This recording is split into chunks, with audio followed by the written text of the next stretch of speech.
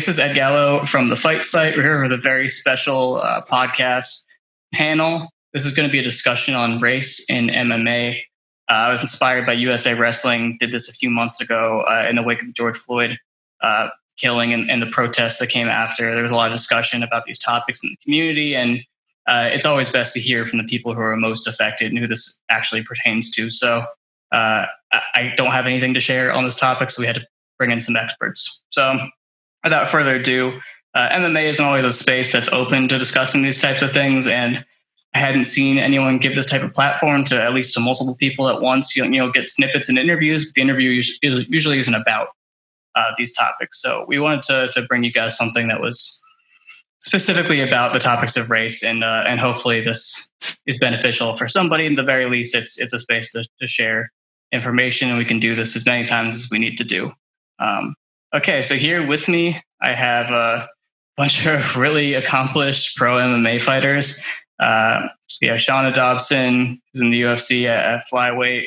Sydney Outlaw, he might have saw in the Contender series, and he's in Bellator right now. And Bradley, where are you at with your career? I very recently found out about you. Yeah, so I had fought for Bellator, and then I had really tore my ACL pretty badly. So I went and had a knee surgery, and that knee surgery got infected, and that infection traveled to my heart. Oh, geez. So I had to, so I bet only the good die young. So I'll be here a long time. But so it got cleaned up, and I'm getting ready to make a comeback. Hopefully next month or the month after. I'm just looking for an opponent now. Gotcha. Awesome. Good to know. All right. So we got very accomplished athletes here. They're going to have a lot to share, a lot of experiences. But yeah, we're going to jump right into questions. I'm going to give everyone a chance to answer every question. If you want to pass, you can pass. That's fine. Hopefully we'll get a good amount of discussion going. Okay. So just to start off, before we get specifically into, more topical issues, I just, if you could take a minute and briefly describe your athletic background, like how long have you been involved in sports? And then when did you get first involved in MMA? So let's do, you guys switched orders on me. Let's do Shauna first, and then we'll go Brad, then Sydney. Cool. Hey guys, Shauna. As you said, UFC flyweight. Got into so I've been doing sports like a good portion of my life.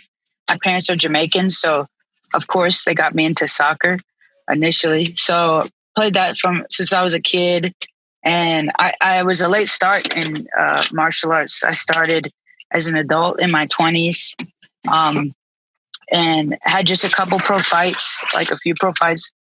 Went out and tried for the Ultimate Fighter, and that was in 2017, and we've been rocking ever since. Yeah, that's kind of about me. What kind of got me into fighting was I was trying to look for a different sport, and when I found it, I became addicted. It stuck to me. It inspired me. Awesome. Brad, you can go ahead. What's up, guys? I'm Bradley Desir. I've always been into sports. Football was kind of my first love, but I was never big enough or fast enough. So after high school, I went to the Marines, and it just clicked. Just war fighting and violence. It's just I fundamentally understand violence and fighting, and it just clicked. And I was in during the peak of the war, and violence was rewarded. And Brian Stan happened to be, in the same unit as I was. So if you had beat somebody up, or you did, just kick somebody's ass, your life was better. So I would spend all my free time learning, martial arts on the side. And it just became my passion. And, after I left the Marines, I just kept going, and I fought throughout college until it became a career. Awesome. Thank you for sharing that. Sydney, it looks like you're setting up a new window there. Whenever you're ready to speak, you can go ahead. But anyway, my name is Sydney Outlaw. Not much. Just trying to put another guy out here. Trying to be one of the best. I fight for Bellator right now. Really love it. I just want to... The reason why I fight is basically to cut right to it for the younger generation that's out wearing skinny jeans, doing crazy stuff. I want to tell them you don't got to do that. Hard work, accomplish anything. Don't listen to the people that just got lucky. And they probably don't even do that type of stuff in the reality of it. You know what I mean? So I'm just trying to freestyle this and just give you with some of my heart, and that's why I fight.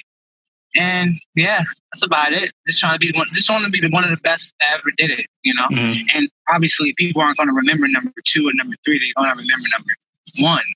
So when a generation look and be like, you know what, if Sydney did it, and the people that know where I come from and how I came up, anything is possible. You know. Yeah, that's awesome. Thank you, Sydney. All right. Thank you, man. So now that we know a little bit about everybody, just basics, let's dig into some more serious topics. In your life, so not even necessarily sports or MMA, just in your life in general, when did you first realize that being Black led to different treatment, that it mattered to other people, the color of your skin?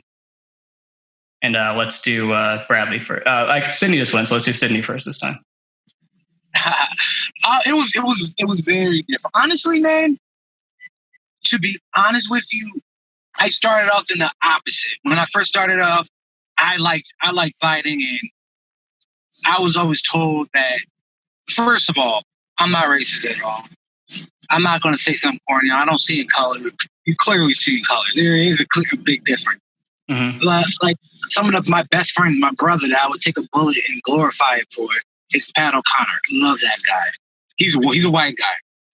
The girl that I'm deeply in love with is a white girl. You know what I mean? Somebody that I call a father is a white guy. So I'm clearly against racism. I'm pretty sure everybody that's on this podcast right now is probably the same thing. But people like them always had my back. When I got pulled over and I was just naive, I was just happy, you know, because I'm with a white guy, we get pulled over, the guy would intentionally pick on me. And my friend would say something. And I was like, oh, no, don't be like that. And then he'll later pull me aside and say, yeah, Sydney, he did. And, you know, stuff like that. And I'm like, oh, that was cool that, you know, he stood up for me. You know what I mean? Yeah. My coach, Rich Slaughter, love that guy. I went to somewhere and fought. And again, I was a kid. I'm naive. You know what I mean? Went somewhere and fought. They would treat me unfairly. I didn't know behind closed doors. But Coach Rich was like, Sydney, we're packing up and leaving. And they were like, all right, I'm sorry. Long story short, they were treating me unfairly because of skin color. Coach Rich handled that. Shut that shit down. I love it. And the list goes on. But I'm definitely against it. I think it's silly. You know, I can't change the skin color. They can't change their hair color or skin color. I think it's silly, you know. And I just think on both ways, you know, like me fighting revealed that, you know, on both ends, it's a sickness. It isn't cool. You know what I mean? Like, oh, when I first started, MMA were for white people. If white people can't box. Right. Clearly they were wrong. I knew that. I was a kid. I was 15. You know what I mean? And I'm like, well, I like this sport, you know, and I wanted to continue to just do it. Long story short, obviously evolution. After evolution, times changed. John Jones became champion. He wasn't white, you know. The list goes on. The guy that got me into it was Rampage. You know, I'm like, hey, a guy that looked like me is doing it. Oh, I don't gotta listen to everybody. You know what I mean? Mm-hmm. The list goes on of the fighter that just changed the sport. You know, and again, I don't like this whole racism stuff, and it gotta stop because it's starting to be a little silly. It's 2020 now, you know what I mean? And we have to work together, you know? Like other countries are looking at us and just laughing like, yo, these guys are idiots, you know what I mean? And it isn't cool, you know? Like, look how they treat their Black Americans, look how they treat their white Americans, look how the Black Americans treat them. We just gotta get together, you know what I mean? We gotta really get together. And it's sad that a young cat like me seeing that, you know, that it's really, it's not, I don't want to accept that. And if anything I can do, like getting on here and speaking about this, like if it can do something, anything, you let me know what I can do. And it's just really heartbreaking to see, you know, guys getting pulled over and, you know, just getting shot. And I'm sorry I'm just rambling, but it's really sad because my girl told me about this and I'm like, you know what? I stay off of social media because now it's depressing, you know? I'm not the people on here have their story. And there's multiple stories, but I'm not here to like vent this thing. I just want to let you know, like, it is affecting me because now I can't be myself on social media. You know what I mean? Yeah. I can't like post. I gotta be different. I gotta behave different. When people blame me for stuff, I have to, well, I can't get angry back. When people get angry at me, I'm like, oh, sir, I'm sorry. I don't want to be known as that angry black guy, so I'm like, all right, well, let me just relax. It helped me to be calm in tough situations, but trying to be a company man, just trying to paint the picture of, the idiotic or wherever the painting they probably had on us black people, which, is pretty silly, we're pretty smart. You give us a brick and a stick, we build houses and stuff, we're just like a regular person, it's just a skin color, we work. But, yeah, it's just, it definitely affected, it made the older generation a little resentful, and it raising the older generation when it raised us, it kind of, you know what I mean, trickled down a little bit, and I don't want that. So I don't really know what to do. But if you guys hearing everybody's story, hopefully you can give me some ideas. And like I said, at the end of the day, I'm just a fighter trying to make the younger generation show, hey, you don't gotta act silly. You can work hard and accomplish almost anything. Mm-hmm. Yeah. And no need to apologize for rambling, because these are just jumping off points. So if another thought comes up and you're speaking, just go for it. That was awesome. You're doing great. All right. So Brad, if you forgot, the original question was, when was the first time you realized that racism affected you? Well, so I just had a kid, so like I've been doing a lot of reflecting. I just had my first child, so I've been doing a lot of reflecting on my upbringing, and I realized that growing up, I was expected to be aware of my blackness before I was aware of my existence. And I would constantly, I would get in trouble growing up if I did things that made white people uncomfortable. And I didn't realize that till later in life, right? Like there was like my dad always wanted me to, like it wouldn't matter if it was 10 degrees outside. Don't wear a hood. Why can't I wear a fucking hood? It's cold outside. Right. Right. Don't run. Don't run in the store with your friends. I'm 11 years old running. You know what I'm saying? It would be like, keep your hair short, speak a certain way, do this, do that. And I couldn't get it. And I would wonder why I would be treated differently than other kids. It's like, well, how come he can do that and I can't do that? And like, I just, I wouldn't understand. And the other things too is like, I didn't understand when teachers would call me a troublemaker or if people would be like, people would treat me a certain way. I thought they were treating me this way because I was a kid. And as I got older, I realized they weren't treating me that way because I was a kid. They were treating me that certain way because I was black. Mm-hmm. Right. And it was just, that's when I started to realize. And I realized it even more when I went to the Marines and went down south. My first real hardcore racial experience was I was driving down from the Bronx to North Carolina with a Puerto Rican kid in the back and a white kid who would end up dying a few months later in combat. His name was Eric. He was falling asleep on the wheel, and an off-duty cop pulled us over in Virginia, and I heard a tapping on the window, and it was a cop with a pistol, and he was pointing it in my face.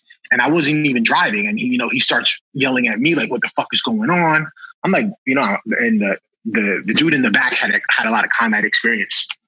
So he's like, get out your face before I take it and kill you with it. And I was like, yo, everything happened so fast that I didn't have time to be scared.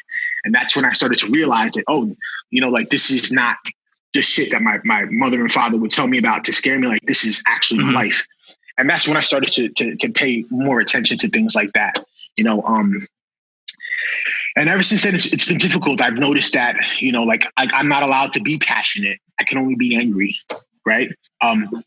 I'm well-spoken, like that's not even a fucking compliment. Like I speak English well, like I was born and raised here. I should speak English well, things like that. They're always the ones that really kind of get you are always like the subtle little passive racism. Like you're handsome for a black guy, right? When I'm 17, I'm just trying to get in where I fit in. You can call me handsome for whatever, you know what I'm saying? If it works, it works. But then I look back later, it's like, why can't I just be handsome? Why can't I just be intelligent? And the older it gets, and the more comfortable people get with you, the more they try to drop those little jokes in. And I just the just not a fan of it, man. And I don't want to ramble either or rant or come off, but I would say that I noticed it kind of early. You know, I did. I noticed it kind of early. Yeah. And I really thank you for sharing that. And also just, I think the idea that, you know, your parents felt a duty to warn you about your behavior and all these things. You grew up differently and you had to be afraid and had to, you know, be so cognizant that you didn't get to be a kid. No, so I mean, I did get to enjoy my childhood, right? But there was always that like asterisk. Yeah. And the thing was that I'm first generation American, so we're not you know, like I feel like white America likes to lump all black people in one group, you know, but we're as different as Italians, Irish, Germans, and Spaniards, right? Like we're not like, I didn't grow up eating collard greens and pig's feet. Like that's not my culture, you know. Like my dad is Haitian and my mother's Puerto Rican, so. The other thing that still happens, which is kind of crazy, is my mom will go somewhere. Hispanics are notoriously racist and be like, "Oh, I was treated so well," and either I'll go or my sisters will go, and I'll be like, "Yo, Ma, they didn't treat us as well as they treated you." You know, like my mom forgets that, you know, there's a difference in our skin tone, and all that managing, you know, it goes on forever, you know, in the family, and it's a pain in the dick, for lack of better words. Mm-hmm. Sean, are you good to talk right now? I don't think you're in the story. I can see. I am sorry. I'm definitely listening. Hold on. I'm going to go away from all the chatter. Sorry, guys, we're buying a mattress. It's important. Just tedious Friday shit. First of all, I want to thank Brad and Outlaw for sharing their experiences. This is something that I'm really passionate about, obviously because I'm a Black female. But also because, you know, I'm actually doing a lot of research and reading a lot of literature, and I'm reading the book about the bus boycotts. And the origin. A lot of people think that Rosa Parks just started off, you know, just refusing to. And sorry about my mask. I have to have it on in the store, but just by refusing to get up from her seat. But she had been an advocate. And someone with a strong presence in the civil rights movement long before that. So I appreciate y'all's experiences that you're sharing with me.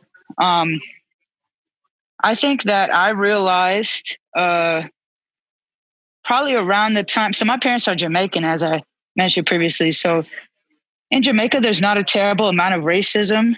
You know, their motto is kind of, you know, one people, you know, one love, one people. And my mom didn't experience racism until she moved to the U.S. So I grew up for most of my childhood out in the East Coast. And then they moved us, it was like mid-high school, they moved us to a very affluent neighborhood, very high population of white kids you know, we got uprooted and moved there. And it was a shock for me, not because I wasn't around Black people like I was used to, but just because of how I was treated. And I think it was mainly the microaggressions. You know what I mean? Like little comments, you know, about your hair and about your skin color and being called names like, you know, Shaniqua and stuff like that. You know, a lot of people don't realize that, you know, when people, you know, talk to you a certain way, like, yo, what's up? You know, I don't talk like that. You know what I mean? Like, don't talk to me like that. I don't talk like that. But there's this perceived notion that all Black people, you know, we talk like that. You know, we look like rappers, we act like rappers or whatever. And you know, we're Shanae from Martin, you know what I'm saying? So that was probably my first interaction as far as feeling like I was being discriminated against. And then from there, the scale started to grow. You know what I mean? It started to be just from, you know, people I went to school with to police interaction and things of that sort. So, you know, this is, that's crazy, bro. Like, Brad, I can't believe that you got kicked out of your gym for protesting, you know, that's crazy. It's great when you can get in a space, you know, whether it's your job, your gym, your neighborhood, that can appreciate who you are as a person and like you said, Outlaw, this I don't see color stuff is crazy because, you know, the difference in color is beautiful. You know what I mean? Like the fact that we have black people and white people and, you know, all kinds of people. That's what makes our situation and our world beautiful. So why say I don't see color? You know what I mean? So yeah, that's pretty much my bit. Mm-hmm. Yeah, I definitely couldn't have said it better myself. And again, for that round, thank you guys for sharing your experiences. I know this can't be easy, so we definitely appreciate you doing this. So, Shauna, you're going to go again, actually. And because you brought up some of Brad's situation there, I'm just going to jump into it a little deeper because it's coming up already. So, Brad, when I guess you feel free to go into that in depth. So, the original question was, you know, when did you notice discrimination in your life? The next part of it is, when did you notice discrimination in sports and specifically in the world of MMA?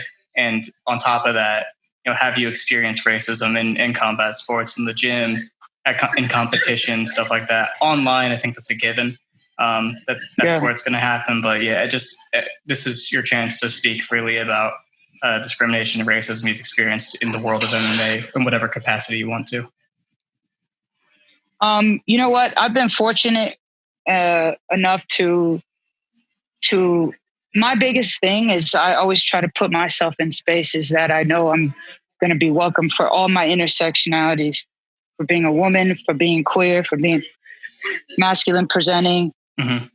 for being black, you know, and fortunately, you know, I started training out in Texas, and, you know, Texas is very diverse. Texas got a good, healthy representation of black people. And our gym, the gym that I started off in, it was Phalanx MMA, and we were the brothers and the sisters, you know, in this on the Dallas scene. You know what I mean? That was the black gym, and I was so proud to be a part of that. I went and I trained with Lloyd Irvin. If you guys know about Lloyd Irvin, martial arts, I mean, it's a beautiful thing. You see, you know, there's not a big representation of black people in combat sports, in jiu-jitsu, in MMA. So to see that, to walk out on the mat and see little 5-year-old, you know, a bunch of little black boys and little black girls rolling on the mats, that was awesome to see, you know, because I'm thinking like, man, that's the future right there. So, and then I moved here to Denver, and I'm with Team Elevation. And we have a lot of diversity here, and the people are just good people. Like, I don't think I've ever met a pack of genuine, just good people. They embrace all of our, I'm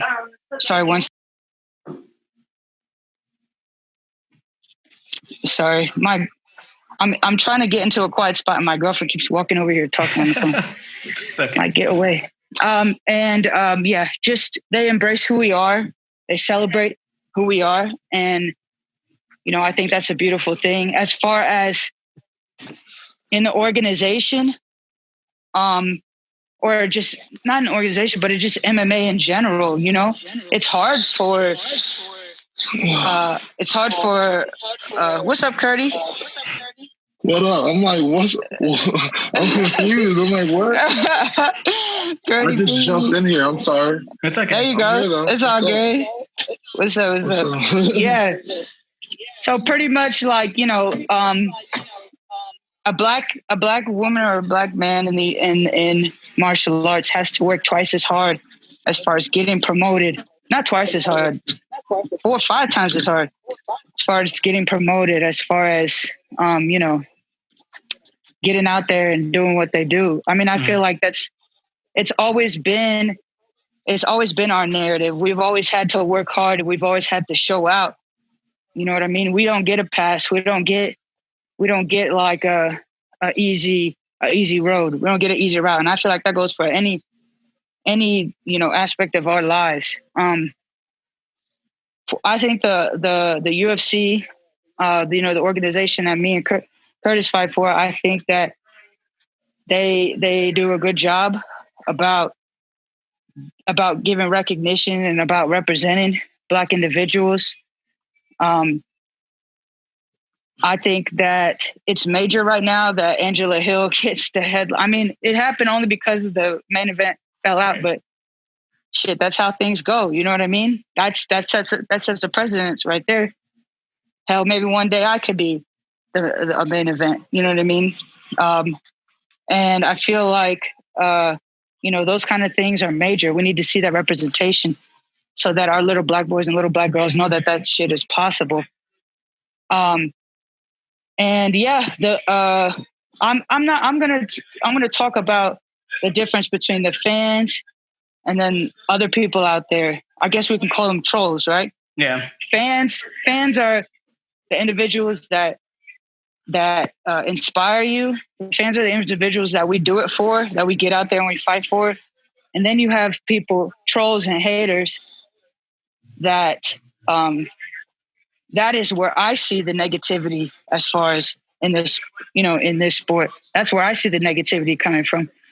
I'm not gonna lie. Sometimes I get caught up and I read the comments on shit just to see like, what are they gonna say? What are these? Yeah. What are individuals gonna say? And I read the comments on, this is something to celebrate. I'm hyped for Angela. You know what I mean? I'm hyped for everybody for this, for her headlining. And I read the comments. People are saying stuff like, what does her skin color have to do with anything? And you know what? Let her celebrate. Let her be celebrated. It's a big accomplishment, because if you look at history, the UFC has been operating for how many years, right? Mm-hmm. This is the first time in history that a Black woman has headlined a card. So you know what? This is something that needs to be celebrated. You know what I mean? So, but yeah, not the fans. The fans are totally different people. The fans are who we got the love for, and the love is reciprocated. It's the other people that, just don't have the understanding or the desire to get out there. If they just go out there and research, read books, listen to podcasts, do your research and find out where we're coming from and the connection to where we are today. This killing of Black men and Black women and this abuse by police is not, not all police, but bad police, is not nothing new. This has been a narrative for a long, long, long time. You know what I mean? And it hasn't gone away.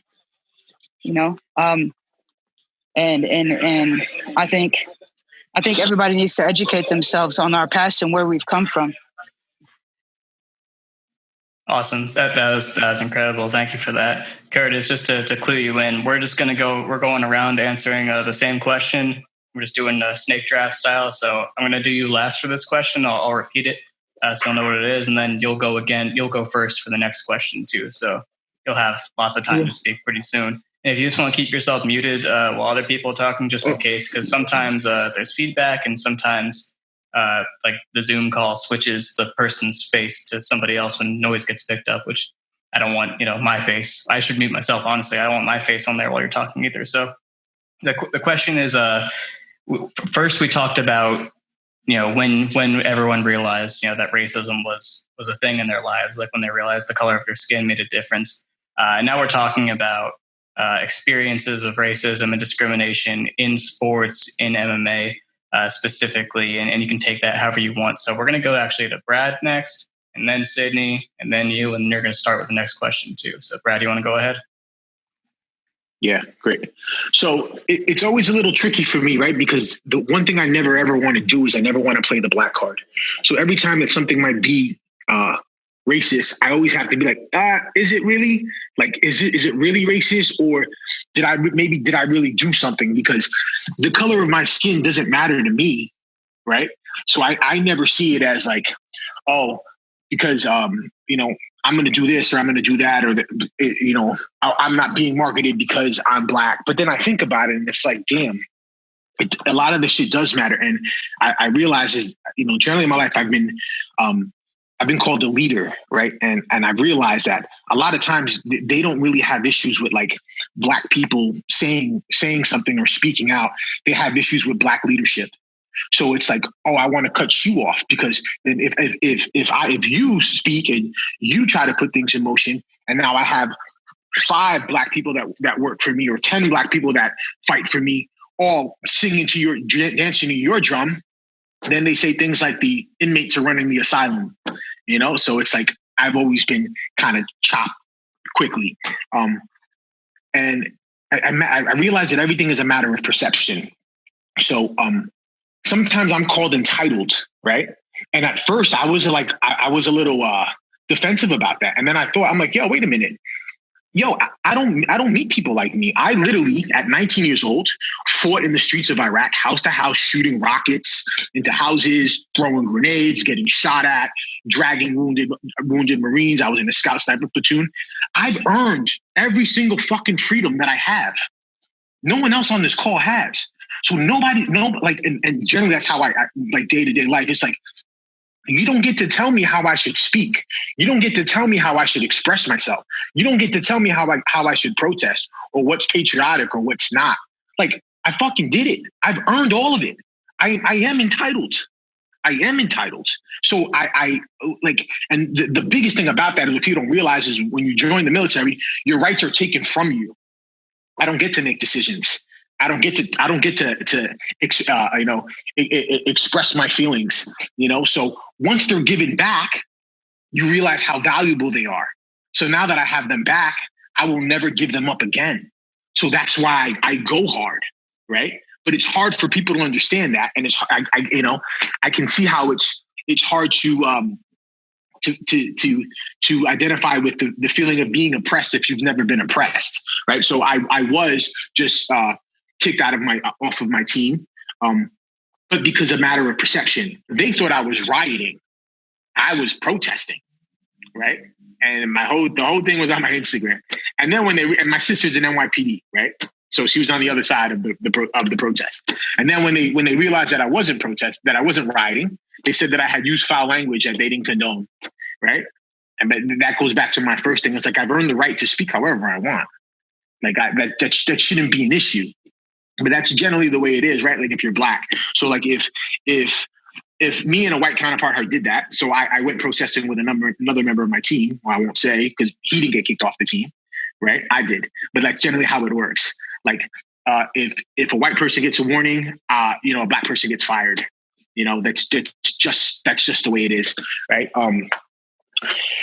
So it's like it's been rough, and then I start to realize, well, I wasn't marketed, but this guy who's not as good as me was marketed, right? Or every time I had a big opportunity, like I was always brought into, I don't know, to lose, so to speak, or things like that. And it's just like it's really disheartening. It's like because it's like having it when you try to talk to somebody about racism. I've come to realize that it feels like you're having an intervention with that alcoholic in your family. It's like, we all know you're an alcoholic, my brother, and we still love you, and we're trying to get you to stop or drug addiction, but you don't realize that it's a problem yet. You don't realize that you have the problem, and until you realize that you have the problem, we can't really move forward. We just end up talking in circles, right? And then it just feels like then distance starts, and it's just I don't even know how to fix it, to be honest. Like, I don't know how to fix it. Like, I'm at the point where I'm starting to think that segregation is the way to go, right? Separate but equal, because the integration just doesn't work. So that's kind of where I'm at, like with my latest, revelations of racism in mixed martial arts. Maybe it's better to just all my coaches are Black, all my coaches are Hispanic. You know what I'm saying? Like, maybe it's better that all my training partners are Black, right? Maybe you have a Black agent. I have a great agent. I got first round, but it's like, the thing is, it's like, I know what's wrong and I don't know how to fix it. I just don't know how to fix it. That's kind of all I got. Unmuted. Thank you. Yeah. If it was easy to fix it, I think it would have been fixed.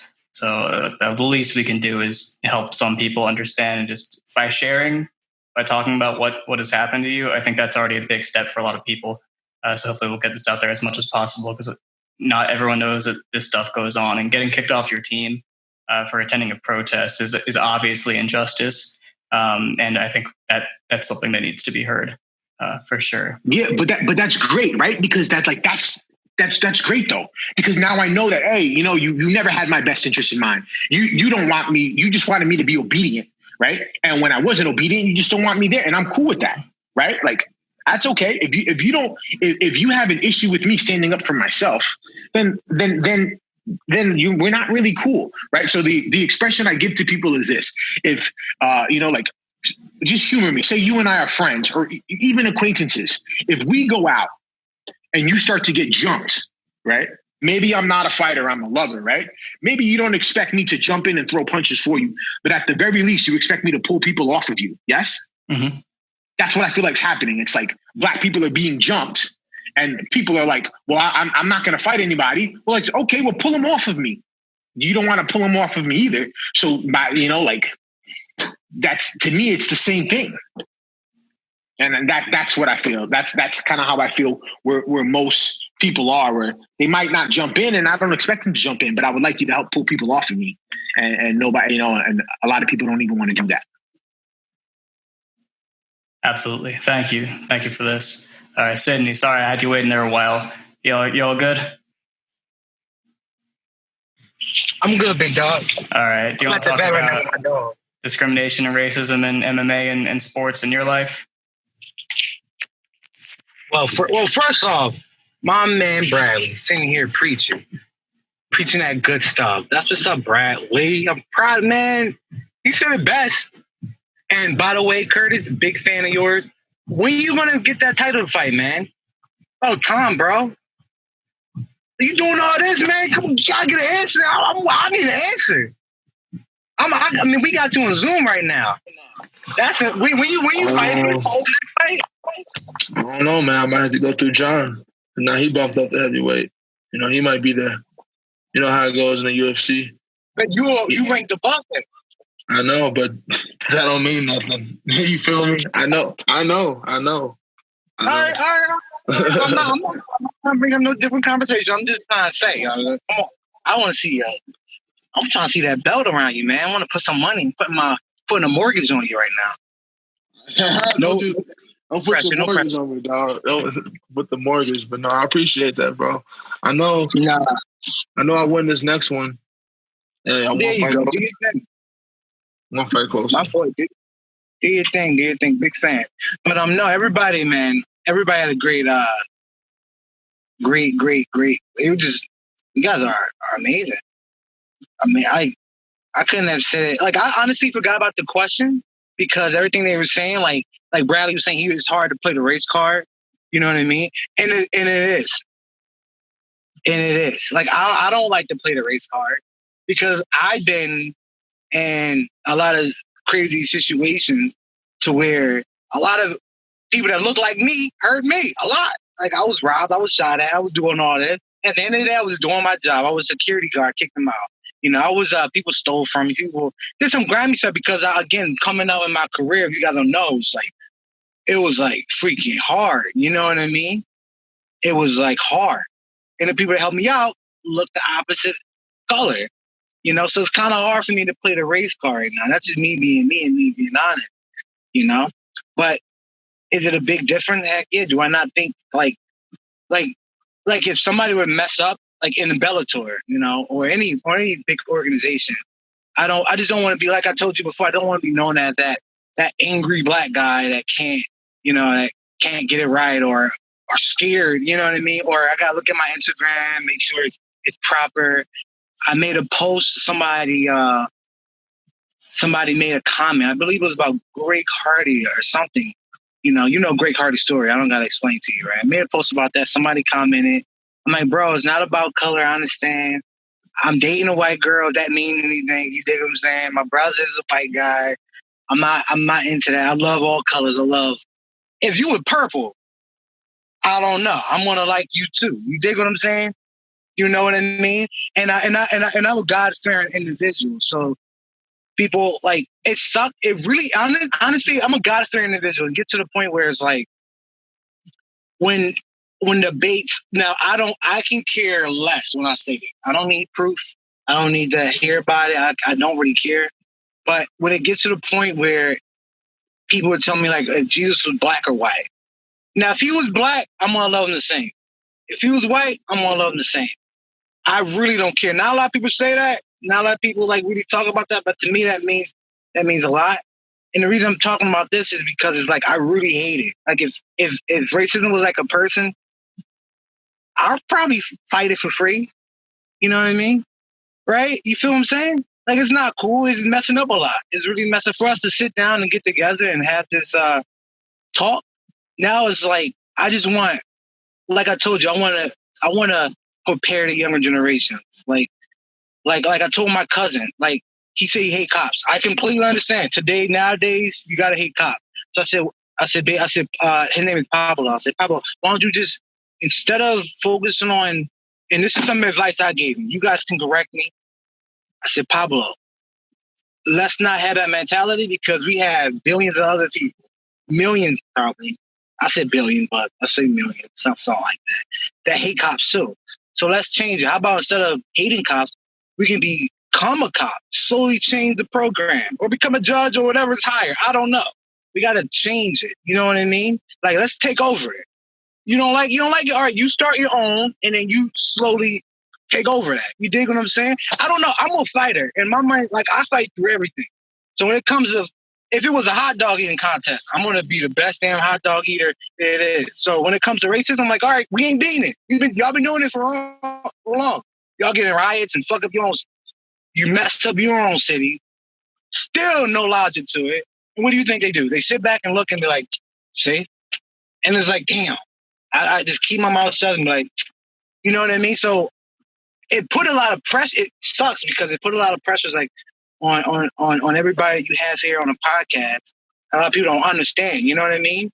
Like during when situations like the riot and stuff happen, it's like people have so opinionated on it, want to speak about it, and it's like, man, you guys like cops is shooting people. Like people want to talk about it, and it's like, man, you guys really don't understand. You know what I mean? We get pulled over. You don't know why I'm sitting up like this. You know what I mean? I'm making sure my license is always good. You know, so I'm really, really, really, really, really hooked on the fact of black judges and black doctors, and you know, like we celebrating like Little. I love Little Wayne, but we celebrate like Little Wayne, and we post basketball players and football players, but we don't support what we need to do is support the doctors, the lawyers, the judges, the young, the people that are going to school for that. You know what I mean?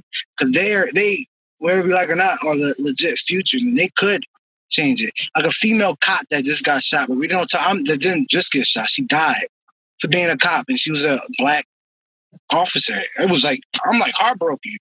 It was vaguely spoke about, but I'm like, dude, you might like this is. I gave up on society. Like, what am I gonna do? I got like 5,000 likes. You know what I mean? 5,000 followers on my Instagram. You know, I feel like I'm one of the best 55ers on the face of the planet.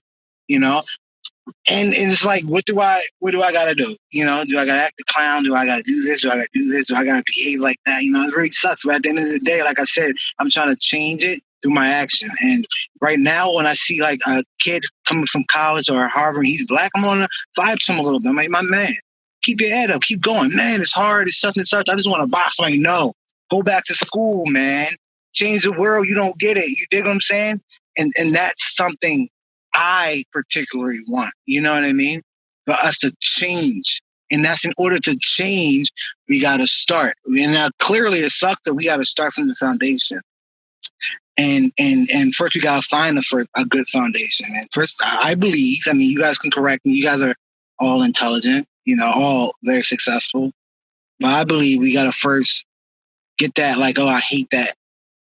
We got to get that mentality out of this generation, out of these rappers, and tell them, yo, don't listen to these rappers. They're not doing it. They're not living it. They're not even there. They're not in their city. They don't care because those are the ones that are speaking. They make rap songs, which is A-okay. Cops telling people, okay, how about, yo, this little girl's trying to become a doctor. Let's start a GoFundMe, you know? Who got the highest grade in the school? You know, you got it, you get $100 for dealing with it. And you promoting them a little bit more. Why? Because they are the future, you know? And for somebody that can be so intelligent and so dedicated in that environment, and with the little they have, think about if we give them a little bit more and a little bit more, and think about the invention and creativity. You know what I mean? And not only giving that, not only saying that, but giving them a little inspiration. You know what I mean? From the things that I saw. Because if you gave me a little inspiration and I'm blossoming like this, can you imagine if you get somebody with actual talent or actual gift or leadership? You know what I mean? Like a Martin Luther King, a young one. And again, that's just me thinking. Like I said, you got 3 other intelligent individuals out there that can probably critique what I'm trying to say and get it out there a little bit better. But I feel like we should definitely pay more attention on picking our words and not like F the police. Yeah, a lot of them F them. How about if my kid decide to become, or I see a young buck and he want to become, or like Bradley going to the army, bro, like what the hell? Like that's what's up though. I didn't know you went to the military, Bradley. I thought that was dope. And you a fighter? That's some dope stuff, man. But people like that gotta be put on a pedestal. You dig what I'm saying? Like you gotta be put on a pedestal and they gotta change the world, you know? That's my critique. Like, I feel like you just got to change it by not just with the younger generation, with the older generation mindset, you know? But stop changing the world. It's messed up. We're going to work on it. We're going to change it. If somebody say something stupid, then I guess we got to say, yo, that was dumb. We got to ignore them. You know, like people putting their hands on females. All right, then I don't like the shit out of it. Like, I like Tory Lanez. I don't know if you guys listen to rap or anything like that. When I find out he did something crazy, I unfollow. He lose my support. And my support probably ain't that much. He probably don't care, but he loses me. You dig what I'm saying? And I think slowly but surely he got to understand the type of impact that he has. You know what I mean? If I have a little impact, can you imagine the impact he has? You know? So, I mean, I don't know. I'm just trying to, like I told you, that's what I stand for. That's what I'm trying to do, you know? That making sense or no? Definitely making sense. I feel you, Allah. Yeah, definitely. That's what's up. I didn't want to sound like I'm crazy, you know? No, I think that it's very clear, you know, you guys have all basically expressed there's pressure on you to be role models and to act a certain way, and you're under a microscope. So I think your point about, you know, being a role model and, you know, putting role models on a pedestal is great. So thank you for that, Sydney. All right, Curtis, welcome to the call. I'd like to get your story a little bit. So speaking about discrimination and racism, you know, how or have you experienced it in your athletic career? So I know you were in wrestling for a long time. So in wrestling and MMA, what has that experience been like with this topic? The only actual instance I can remember of me having an experience with racism was when I wrestled. I was a freshman at Northern Illinois University. They brought me along as a backup. I wasn't a starter. We drove to the University of Ohio. It was like an 8.5 hour drive. We had a dual meet with them. And we stopped at like a Denny's, or like their version of a Denny's. And I didn't realize, because I slept most of the ride. We pull up. I didn't realize that we were like right on the outside of West Virginia. You can see the Smoky Mountains. And I've never been in that region of the country. I mean, I heard stories about like Hicks and hillbillies, all that. I've heard stories, but I didn't know. And I went in with like an open mind. And I with all my homies. Majority of my team was white because wrestling is a predominantly white sport. So it just is what it is. And we walk in there, and everyone, it's all these families eating breakfast, all white. And this little girl, she's eating eggs. I'll never forget it.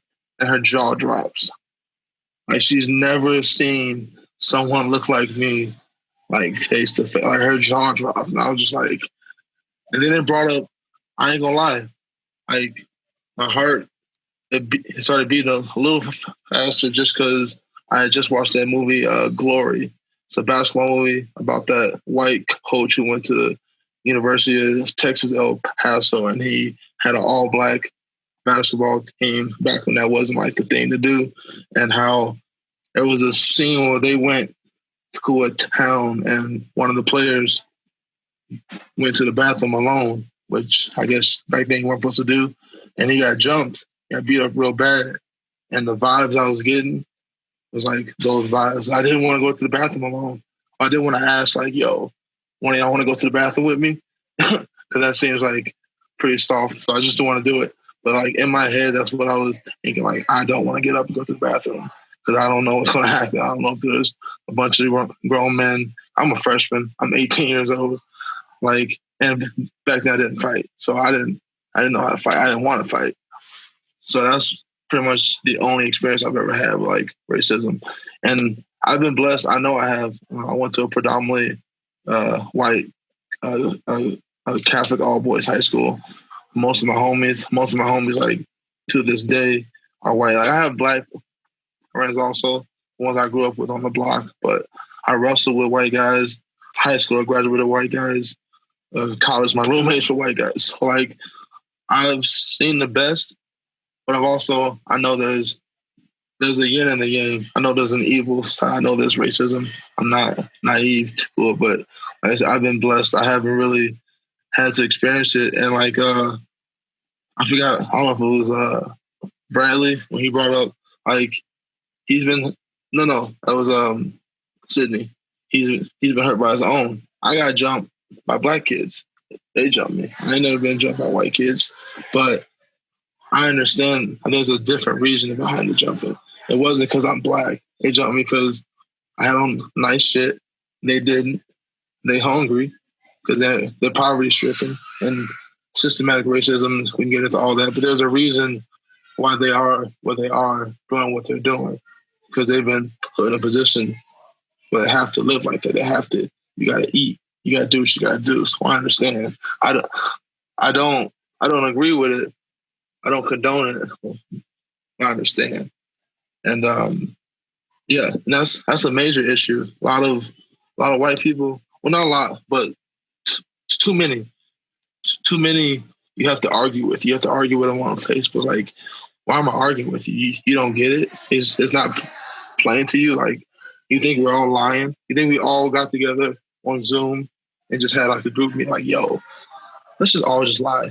Let's just all make up a bunch of stories about police brutality, about teachers picking on us because we were black or whatever. Like all these instances of racism. Let's just all lie. It can't be. And for anyone to disagree or to poo-poo it like, you guys are lying. You're willfully being blind. You're not blind, but you're willfully refusing to like open your eyes. And that's scary. We need more white guys like you. I'm sure using your platform to promote what we're talking about, because it's all about the messenger. Like a racist white dude, he won't listen to me, but he might listen to you. If you call him up like, hey man, dropping that N-bomb, I don't think you should do that. He might listen to you. You're not gonna listen to me. He's like, what do I care what he thinks? But I tell all my white homies, I'm like, bro, I need you. Like, if you ride with me, you ride with my cause. And my cause is in the police brutality and systemic racism. I need you. If your uncle, if your homie from the play box, if your homie from 12 years ago comes over and he says something wild, especially if it's racially motivated, I need you to check him. I need you to do that. That's your role. We all got a role. That's your role. That's the role you got to play. You got to step up. And like Bradley was saying, I don't expect you to jump in, but I need you to pull him off me. That's the least you can do as a human being. I don't expect you to fight, because it really is everyone's fight, just on a base level, being a human. But I can see if you rationalize like, oh, it's not my fight. I don't expect you to fight. I need you to create like a buffer so that I can speak, so I can do what I need to do, to push what I need for me. Because I am scared. I have a black daughter. I live in a predominantly white area. I live in Colorado, Denver. I'm scared to be walking down the street after that Ahmaud Arbery thing where dude was just walking around jogging and he got killed. I'm like, that could be me. I'm a heavyweight. I'm a big black dude walking around And I know they're scared of me. And that's what makes you go to those extremes, because you're scared already. You already jumpy, you already antsy. That's a lot of these police officers, the ones that are doing the messed up stuff. They going into these streets already scared. You already got your hand on your gun because you've been watching too much late night news. You already in a bad place. And that's where it starts. We need better. We need more mentally tougher police officers. Because I know a lot of them in Chicago. Because my dad's a cop and my brother is also a cop, and a lot of my homies I went to high school with are police officers, and a lot of them, I think they're good ones, but there's still too many bad ones, and we need the good ones to step up and to call out the homies. And you ain't even got to go to your commanding officer, but I need you to talk to him like, bro, you was a little rough on that last perp. You ain't have to jack up his elbow like that. You ain't have to bash his head. You ain't have to do all that. I need them to step up and to speak up on our behalf. And I think that's pretty much all I got to say on that one. Thank you, Curtis. And you did a really good job catching up with most of the discussion because, together you guys have all really covered a lot of the questions I was planning on asking, just, naturally with the way your discussions have gone. So that's amazing. So I actually only have one question left, and you might have thoughts on this and you might not. But MMA is definitely weird as a sport. Like, who gets marketed, who doesn't, what gets pushed, who gets attention, who doesn't. And a lot of the time you see it's people who are loudmouths, basically, who say like edgy stuff, or they upset a lot of people. Like, they take from pro wrestling basically, and they try to get people worked up. And pretty much every time it's a white fighter saying things that often are racially insensitive. So I can think of Colby Covington with his shtick. He went after Brazilians pretty hard. He was not shy about tossing around like dog whistles for racism, and even straight up racism. And fans a lot of the time will say like, "Oh, he didn't use the slur, so it's not racist," which is insane. Obviously, even like Conor McGregor, he was saying stuff all the time and got away with that. So Chael Sonnen was probably one of the first ones to do that, and he as well went hard against Brazilians and said a lot of terrible stuff. And fans a lot of the time will write it off and say, "Oh, it's fight promotion. It's just that's not really them." And other people would argue that saying that stuff, no matter what your intentions were, putting that out there is harmful. So when you hear these things, I'm sure it's impossible to escape. So when you hear stuff like this, how do you feel about that? How does that strike you? So Curtis, let's go back to you. Well, first off, I don't rock with Colby. I don't like him at all. I think, I keep hearing, "Oh, it's just a stick." Like, if it's a stick, it's an awful stick. He needs to find a new one, because that one, like that Brazilian thing, like, I'm against all racism. And I think if you can play a racist that well, you might as well be a racist. I don't know. I just don't rock with him at all. But when it comes to promotion, who they push, I see both sides of that. Because as a heavyweight, you see there, John Jones. I consider John a heavyweight now. He's heavy. John gets a push, Ngannou gets a push, Derek Lewis he gets a push. I don't think it's always a race thing, but sometimes it is. Sometimes it is. I won't credit anyone who makes that claim, but I think for me, I'm not going to resort to those things. I'm not going to do those things. If they don't want to push me, I'm just going to win fights. You have to push me. As long as I win fights, I'm relevant. You have to use my name. As long as my name has a number behind it, I'm relevant. So that's my game plan. I'm going to continue to win. And even if I don't win, I'm not going to resort to those antics. That's how I view them. I view them as antics, and I view them like, you don't believe in your skill as a fighter. You don't believe that your skill is enough to get you where you need to be. And for those guys and those women, I pity them, because I believe in myself. I believe I don't need that. I believe, even though my style may not be fan friendly, I believe it'll win me fights, win me bonuses, and that's good enough for me. Yeah, and I apologize. I didn't mean to say that only white fighters get the push, but just when it comes to that kind of strategy, it seems like the only people that can get away with it that actually go to that strategy are the white fighters. And I had a whole other question prepared about, when the UFC is okay promoting fighters of color and people who aren't your generic white people, blue-eyed, blonde hair. And usually it's when it's easy, right? With Ngannou, like it's so simple to promote him. He's knocking people out. He's big and strong, duh.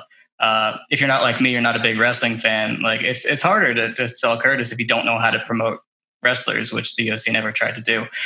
So it's either something obvious about your fighting or something about your personality. The kind of personalities they like tend to be the ones that are terrible. So that's what I meant by that. I just wanted to clarify. All right. So Sydney, when you hear fighters using racism to promote their fights and they do these characters, how does that strike you? How do you feel about that? Sucks. I think it sucks. I think it sucks that the world no one stops it. Everybody's acceptable. But that 2020, nobody say, hey, can't say that. You can't say a lot of other things. You dig what I'm saying? But when that comes, it's just a little. To me, it's sad. It makes me feel sad. But like I said, it's 2020 now. Like it's just everything is different. You know what I mean? Everything is different. Everything is different, and it's being acceptable, which is okay to an extent. Like racism, anything that is hurting somebody's feeling. You know what I mean? If it's not hurting me, it doesn't bother me. But if it's hurting the society and the community and, racism, fighting, us fighters, I feel like speak one language, you know what I mean? That's fighting. You hit me, I'm going to hit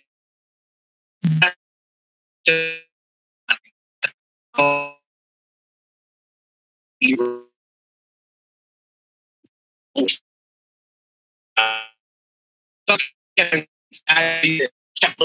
By saying like some racial slur and try to be cool and now be the heel. I think they call it, right? Isn't that like the bad guy, something like that?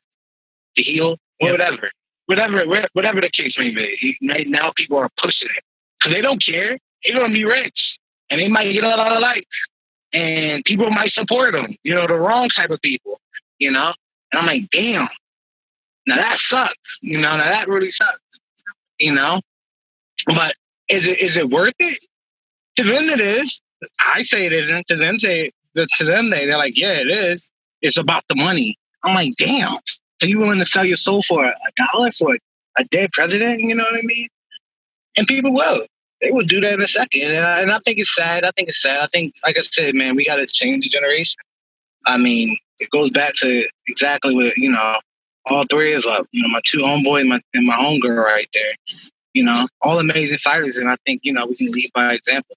I think it really sucks. Just like what Curtis said, me, like, just like he said, all you gotta do is keep winning and people are going to pay attention. You know what I mean?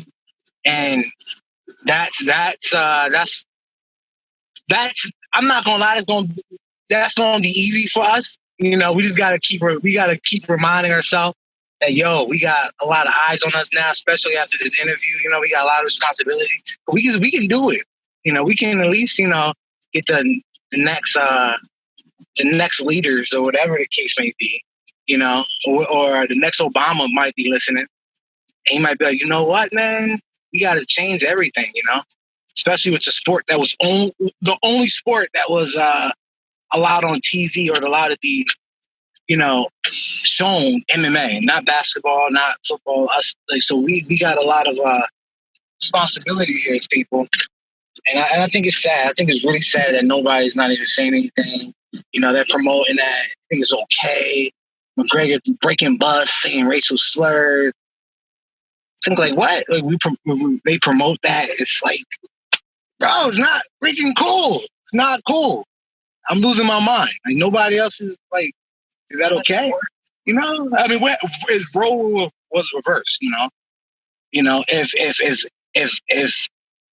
If we were to say, I mean, it's kind of common sense. If we were to call you guys like to call people out their name, Spanish people out their names or whatever the case may be, it wouldn't be okay.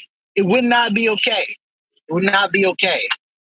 I don't think it's okay at all. I mean, sad we got to talk about this. I don't even know what to say right now. But I don't think it's acceptable. I think it should be, I think us fighters should get a union and probably talk about that a little bit more. Like, we got to chill out with that before some people really get hurt, People really, really could get hurt out here, Yeah, but that's it.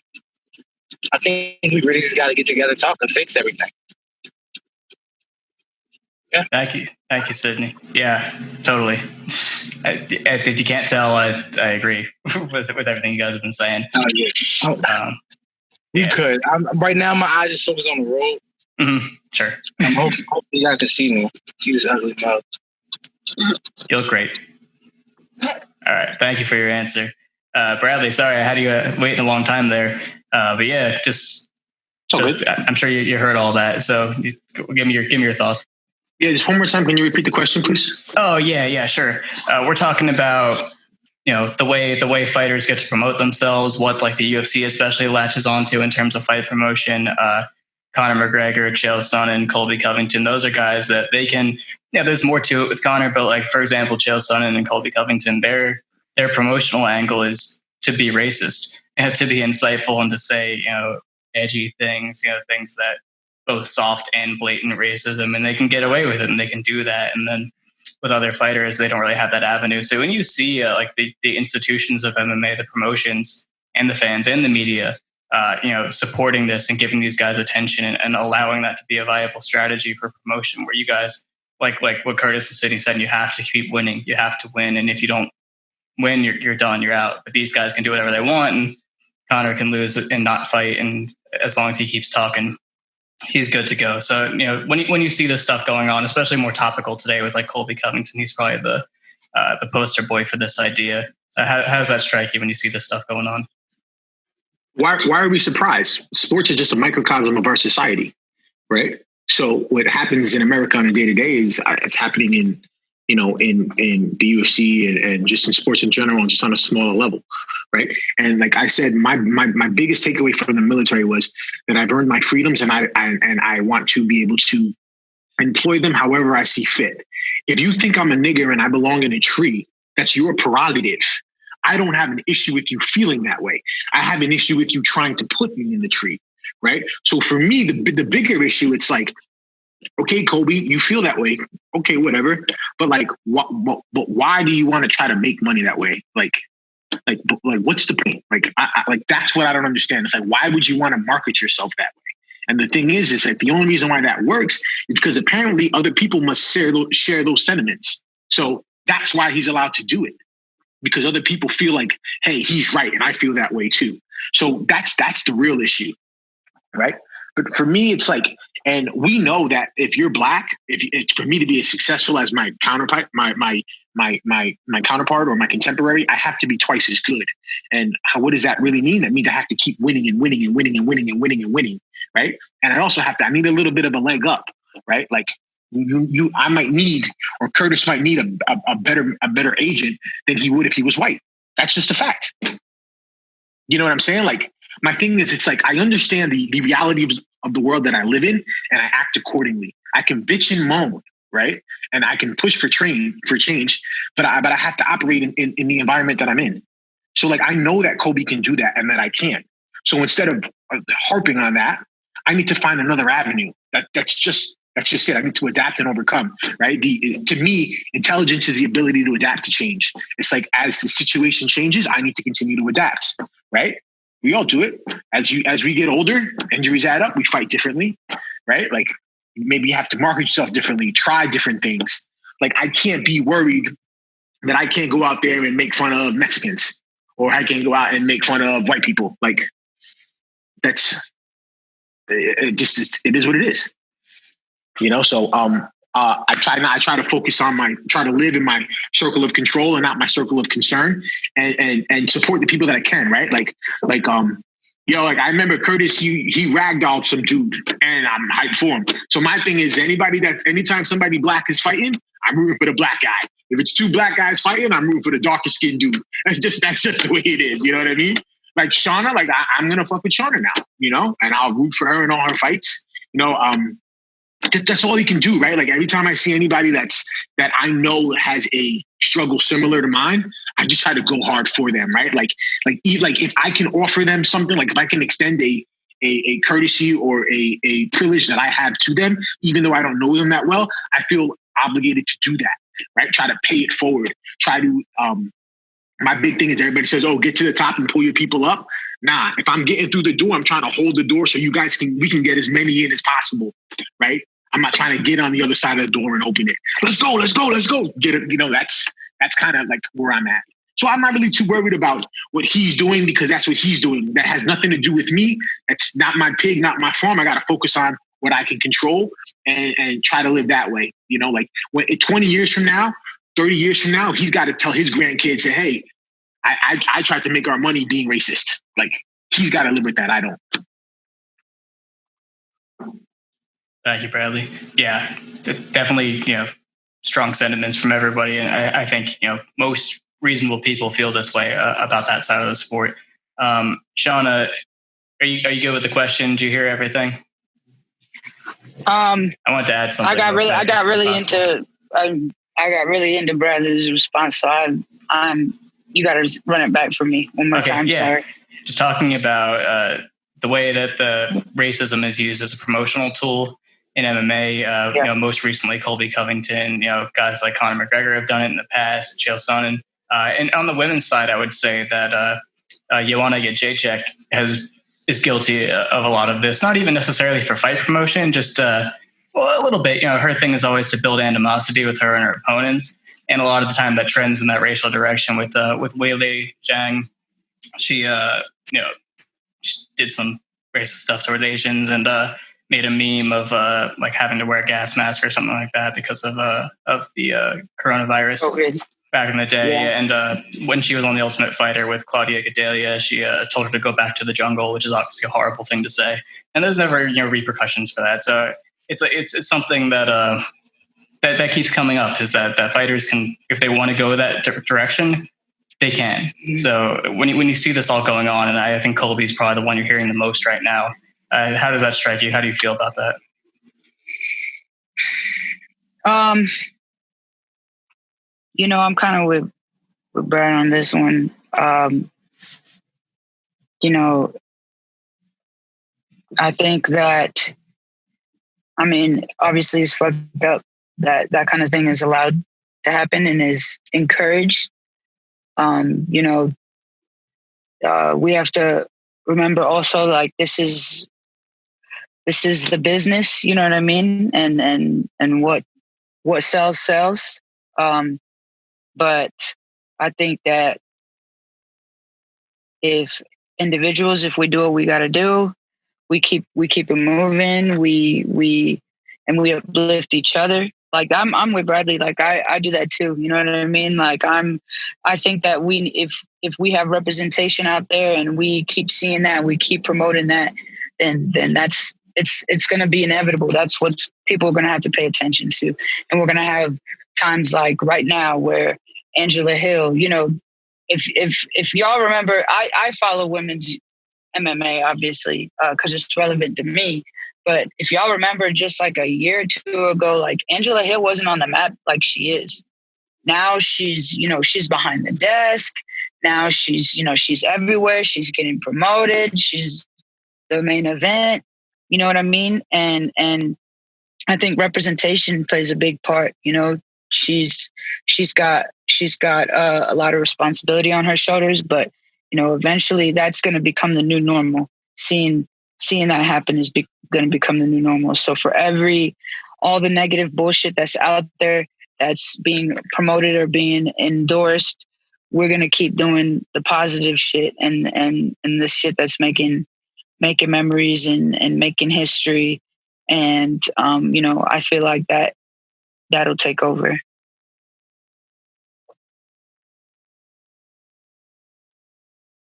Sorry, I was muted. Awesome, guys. This has been so incredible. And nothing you tell me is a surprise, but it never gets easier to hear, which means I can't even imagine how hard it is to live and have to face these things. So hopefully we're doing something that can make this more collaborative with everybody.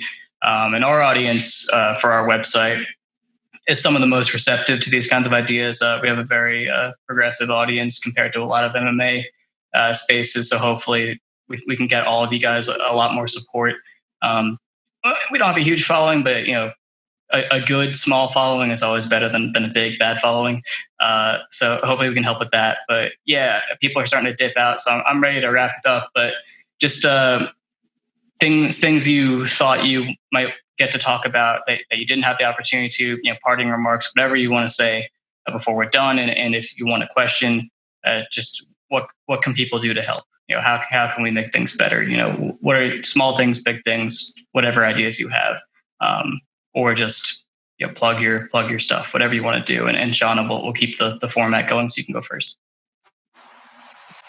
Yeah. So first of all, it was dope to talk to you guys and fellowship with you guys today on this very necessary topic that we don't really talk about.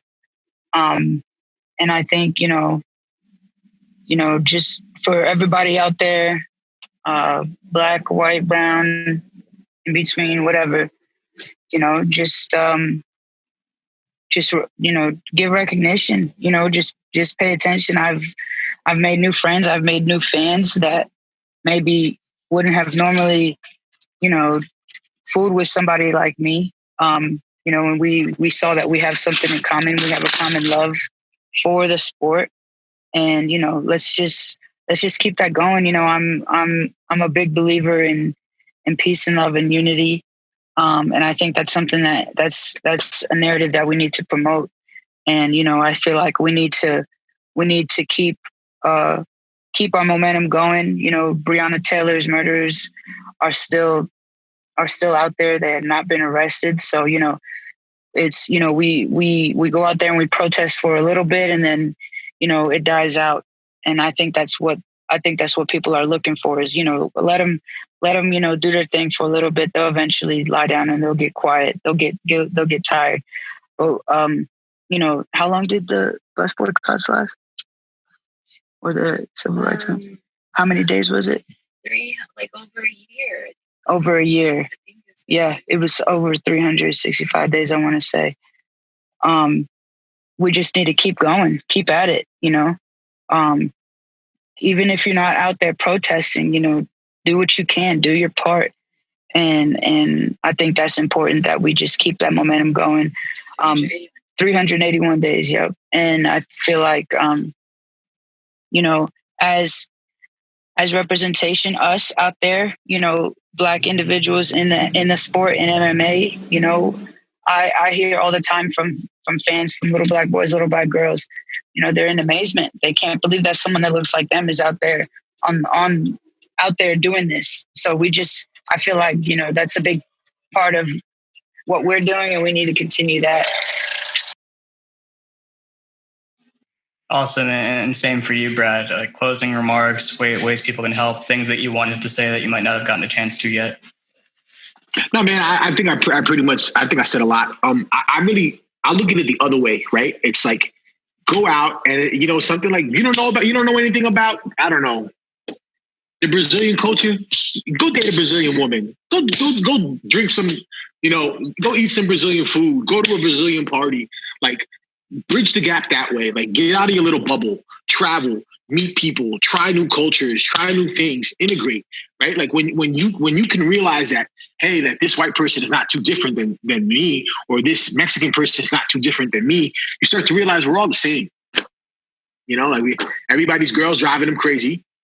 You know what I'm saying? Everybody's kids don't want to listen. You know what I mean? Everybody's got the same day-to-day life issues. That's how I feel. I feel like there just needs to be more coming together, and I think there needs to be more avenues to come together in a less professional environment. Beautiful. Thank you both. Thank you, my brother. This was it for this one. I say this one because I think we could talk about this forever, and there's always going to be something different to talk about, and there's always going to be more people willing to talk about it. We reached out to a lot of people for this, and you guys are so great, and we're so thankful that you did it. And we're going to try to do it again, and hopefully for other issues and other sports, and maybe focus on jiu-jitsu next, because that's a huge issue. But yeah, this was amazing. I'm ready to ready to wrap it up, and hopefully everybody follow these guys on social media and listen to them and support their careers. So that's the least you can do to do your part. All right. Ready to sign off, Brad? Yeah, thanks, brother. I just wanted to wait till you were finished. Yeah, I'm finished. All right. Bye-bye. All right, my brother. So much. Pleasure meeting you. You too.